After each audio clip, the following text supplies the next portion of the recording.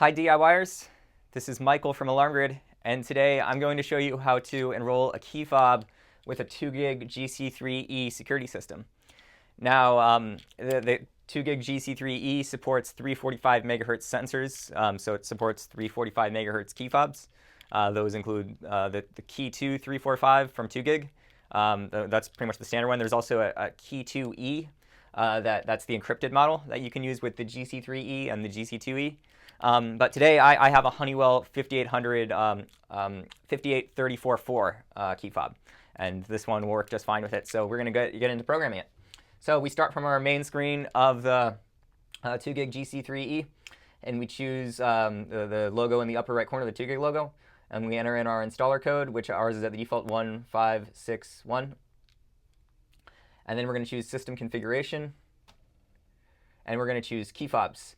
And just a reminder, a key fob will allow you to arm and disarm your panel from a distance, which can be convenient. You can put it on your keychain and control it that way. So you'll see we have up to 32 key fobs that we can set up with the system.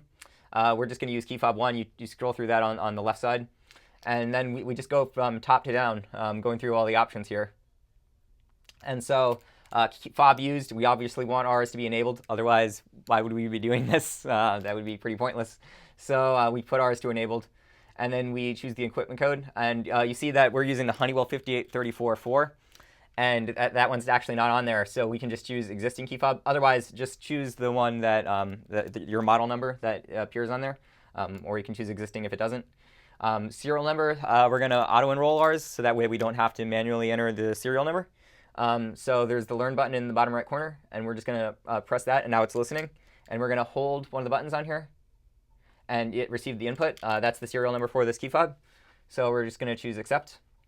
And then Smart Areas Assignment, this is for the partitioning feature that you can use with the GC3 and GC3e. We don't have partitioning set up, so we're going to keep ours at S1. But if you want to use your key fob on a particular partition, then choose one of the 4 partitions there. Equipment age doesn't actually do anything. This is just something GC3 2GIG put in there for fun, I guess. It doesn't matter which one we choose. We'll just keep it ours at new. And I accidentally skipped one there. Emergency key. So this only applies for the 2GIG key fobs. You can't actually do anything on the Honeywell key fobs.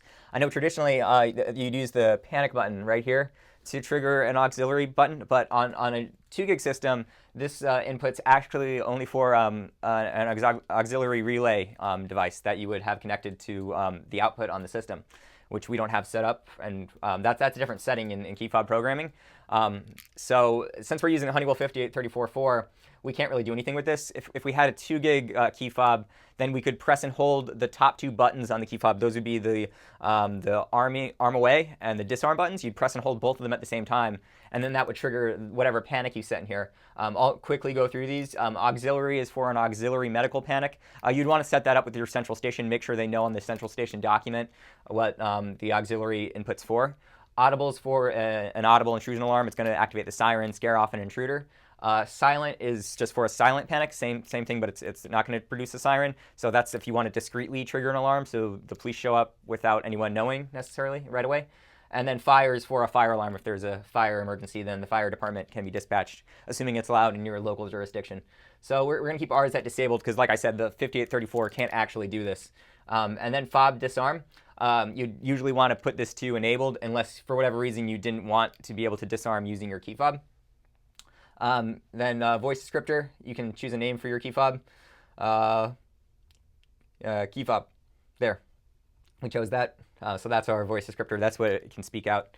We actually have our speaker unplugged, so we won't get to hear that, but that's what would happen. Arm with no entry delay. Okay, so this setting, if enabled, then when you go to arm your system using the key fob, then when you activate an entry-exit zone later, you won't get an entry delay. Instead, an immediate alarm will occur on your system if you fault an entry-exit zone after arming with this key fob. That can be useful because maybe you want to have this, you expect to disarm using the key fob while you're still outside, or maybe you are disarming from alarm.com, but you're not going inside at the panel to disarm. So that could be a good security feature in some cases if you really want to make sure that you are disarming outside the building rather than entering. Most people will just want to have the option to disable at the panel, though, so most people will keep this disabled, but if you want it there, then it is possible. And like I was talking about earlier, here's the fob output. They have two types, toggle and momentary.